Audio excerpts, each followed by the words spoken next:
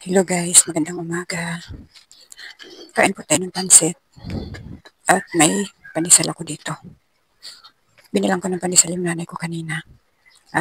May natira pang 3. Ayan, kain po tayo guys.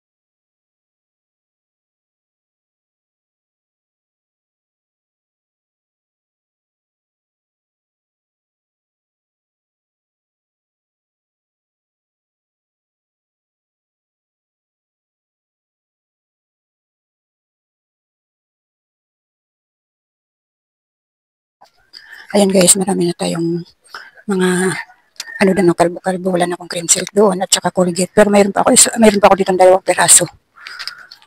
Ilang araw na akong hindi nakakapamili dito sa barangay namin kasi nga sobrang matumal yung aking munting tindahan.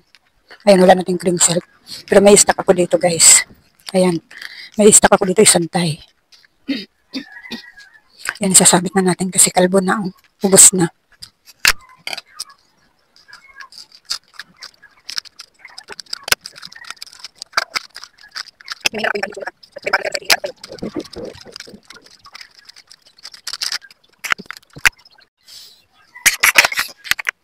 Tapos, mga kasari, wala na rin ako nakasabit ditong burger na swak. Ayan, na-stock din akong isang tie.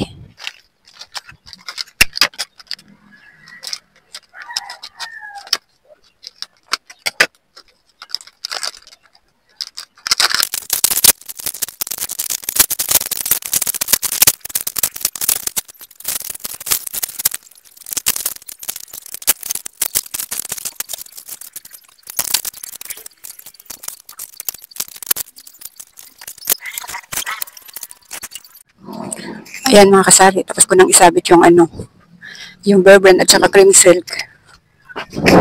Meron pa naman ako mga nakasabit ditong, dadalawa na lang pala tong aking liquid na magsasabit na din ako. Ha? Oo, ginamit ko. Isang lang pala ito. Kalahating tayo lang pala tong stock ko dito. Magpapabili na rin ako sa anak ko ngayon kasi may pasok siya. Papabili na rin ako ng ganito.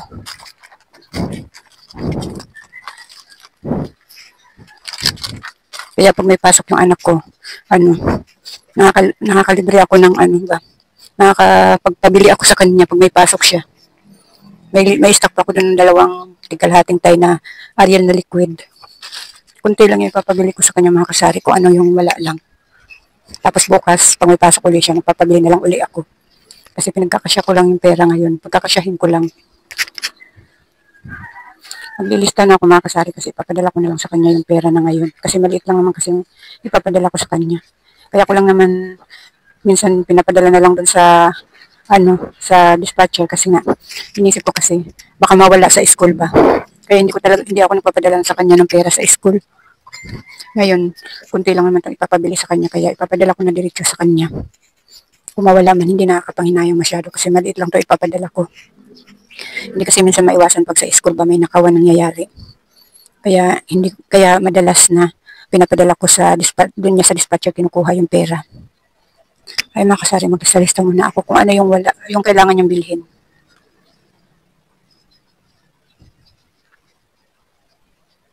Kalahating tayo na lang muna na surf liquid kasi ayun pa naman kasasabit ko lang nung kalahating tayo.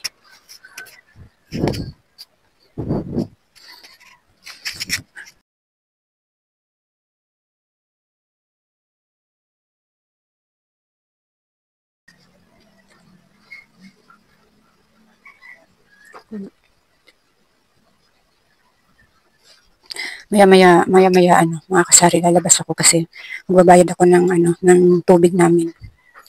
Dito lang sa barangay namin kasi may bayaran ditong ano, parang maliit na bayad center lang ba.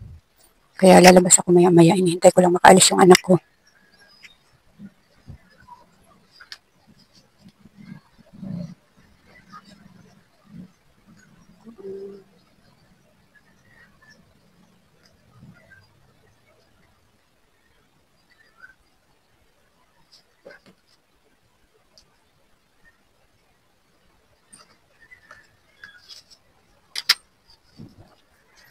Ngayong araw na ito, mga kasari, wala pa rin akong alaga.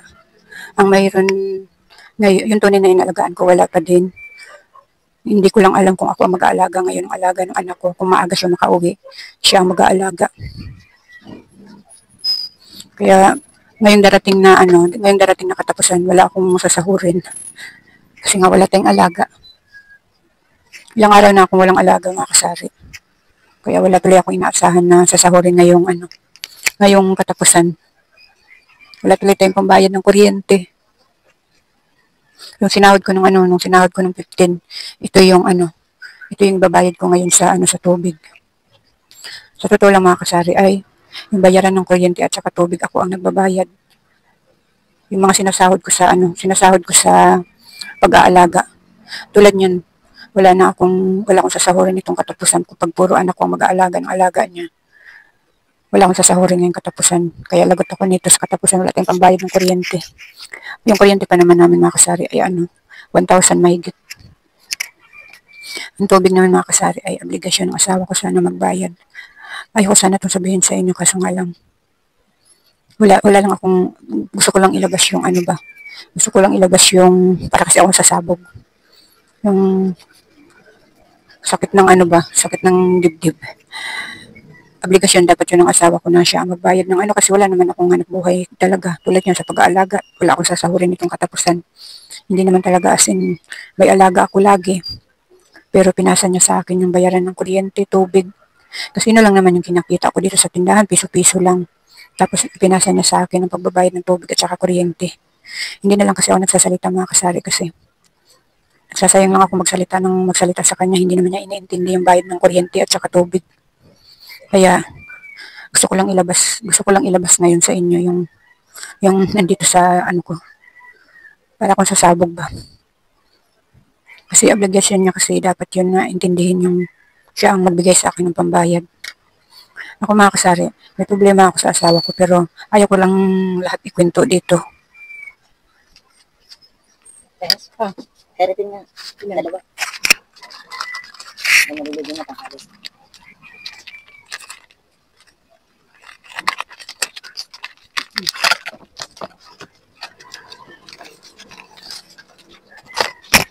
Inuubos mo yan lang sa buhok mo? Hindi, dalawang Dalawang ganito. Alam mo, nangangalis ang aking.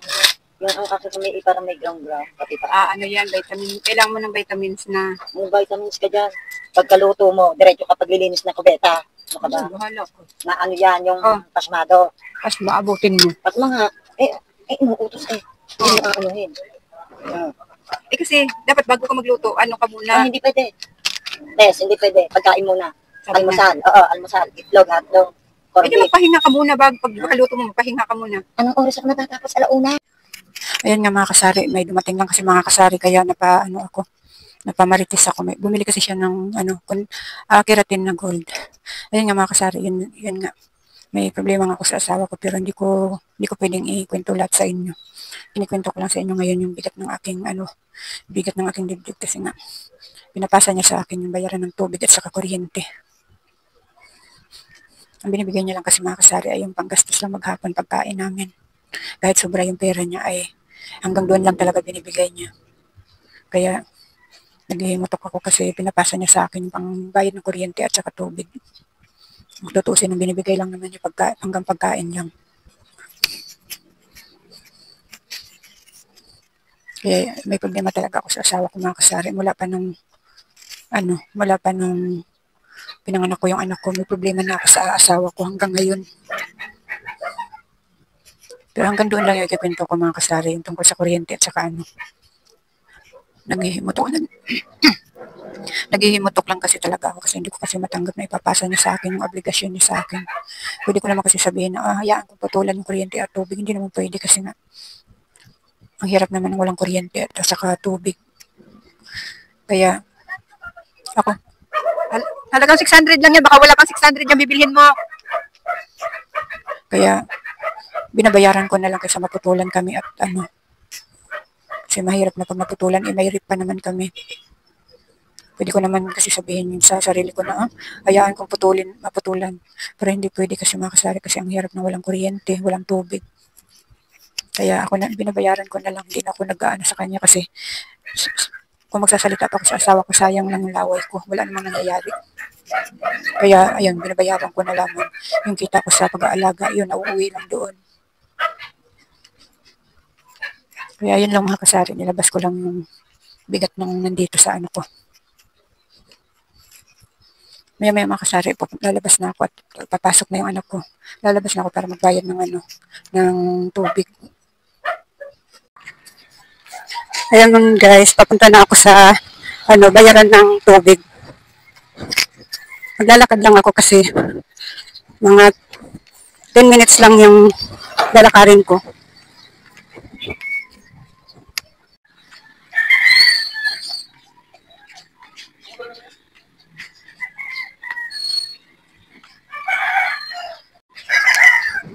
Kainitan na. Nakalimutan ko magdala ng payong. Mga 9 na siguro ngayon ng umaga guys. Kaya sobrang init na. Nakalimutan ko magdala ng payong.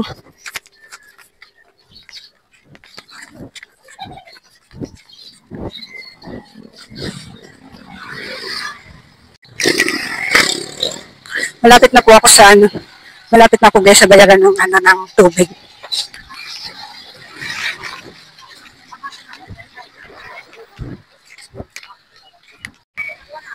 Sarado pala ang bayaran guys. Ayan oh. Sarado yung bayaran. Paano kaya yan? Hindi ko alam kung magbubukas ba sila o ano. Sarado sila. Didiretso na lang ako nabili ng ulam dito. Gulay pala, gulay. Tingnan ko kung anong gulay mayroon sila.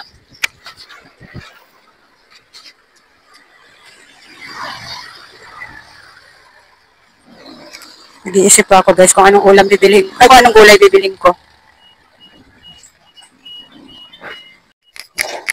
Doon ako bibili ng gulay guys. Dinaanan ko. Kasi sayote sana ang gusto ko pero yung kanya sayote ay hindi pa masyadong maganda. Aray ko. May sayote po kayo. Ako, hindi ako nag-iyan sa hindi. Wala yung 100 sa kilo eh. Kahapon, 80 lang eh. Ngayon, 100 na. Kalabasa na lang po. 20. Kalabasa na lang po. 50.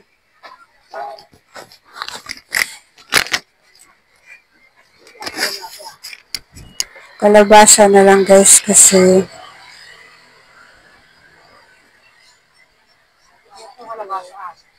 kalabasa na lang ang bibilhin ko.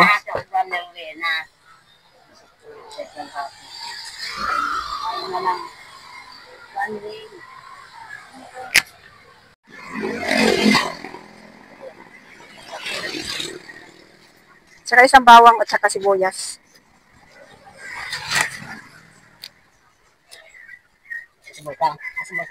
Parang nagmahal uli ngayon ng sibuyas na. Ako 300 iha. Bantahan. Pag ganyan nagdi-December na. Oo. Ang dami din. Yan na, nagbabae ng ginawa ng talagang sinaga ang sabi niya, ang sabi niya, ang ako nga din yung dito. Ayan sa akin. Wala na. Nga, 65. Magkano po lahat? 65.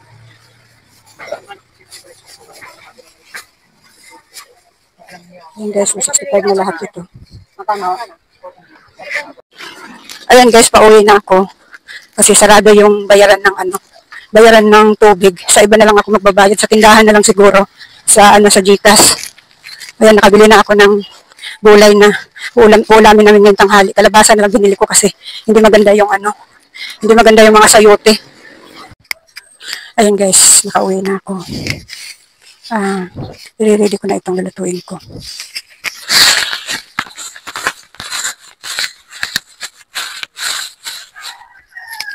Parang ang dami ata nitong nabili ko ng 50. Ayan guys, i-ready ko na itong aking lulutuin habang maaga pa.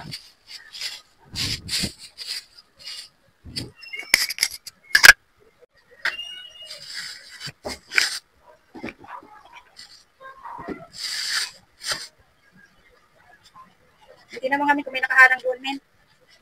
Hindi ka na magbibihis, men. Bakit hindi ka ba nagtingin kanina ng ano mo? Hindi ka nagtingin ng kung anong oras ang pasok mo? Ay, naku.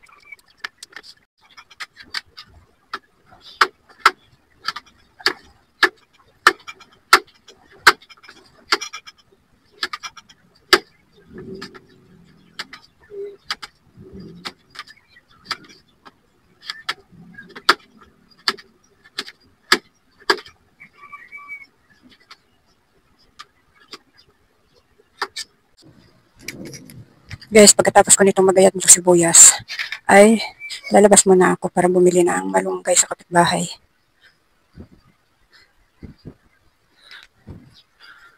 Bibili ako ng malunggay sa kapitbahay guys, pagkatapos ko magayat nito.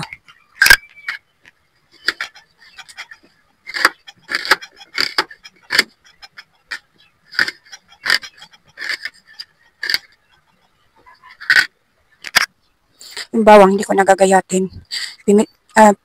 Pinipit ko na to kanina eh. Hindi ko na siya gagayatin. Hayaan mo na siyang ganyan kalaki. Napitpit ko na yan kanina eh. Tama ba ako napitpit? Yung ano ba yung tawag nito? Ano yon? Saglit lang guys. Ayan guys, nakabili na ako ng malunggay. Ayan, himay-himayan na natin.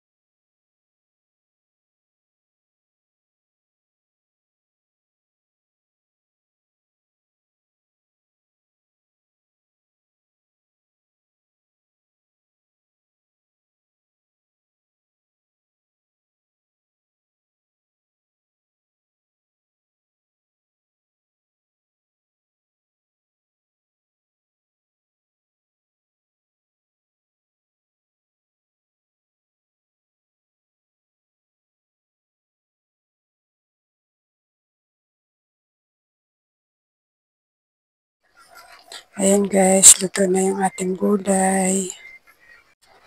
Ayan guys, kain po tayo. Hapon na yung aking guys, yung aking tanghalian. Magtuto na ng hapon ngayon. Ayan. Ito yung niluto kong ulam kanina guys, kalabasa. Ayan, kain tayo guys.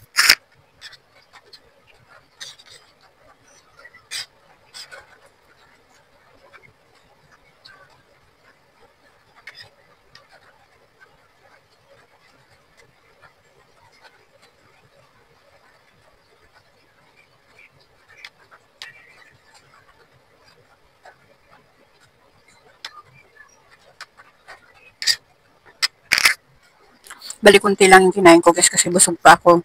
Yung nag-agahan kasi ako kanina anong oras na kaya medyo busog pa ako.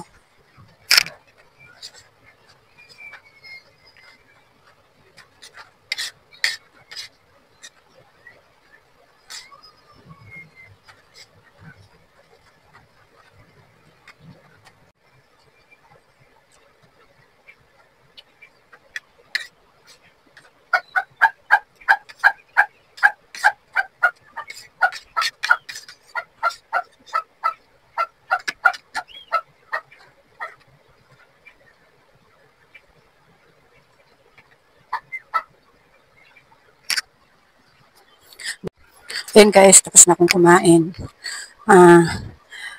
Sabi ko kanina guys ay sa tindahan na lang ako magbabayad ng tubig kasi nga sarado yung pinuntahan ko kanina na bayaran ng tubig.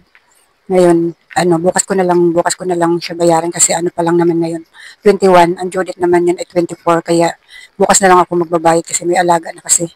Ay, dumating na kasi yung alaga ng anak ko, yung anak ko kasi maya-maya pa yung dating niya. Kaya ako muna nag-alaga nung alaga niya. Kaya bukas ko na lang babayaran yung tubig. At subukan ko ulit bumalik siguro bukas. Baka bukas na yon. Kaya subukan ko bukas na bumalik doon. Pero pag wala pa rin, ay sa tindahan na ako magbabayad. Sa GCash na lang ako magbabayad bukas. Kung sarado pa sila bukas, sa GCash na lang ako magbabayad. Kaya yan guys, hanggang dito na lang tong aking video. Maraming salamat sa panonood at suporta nyo.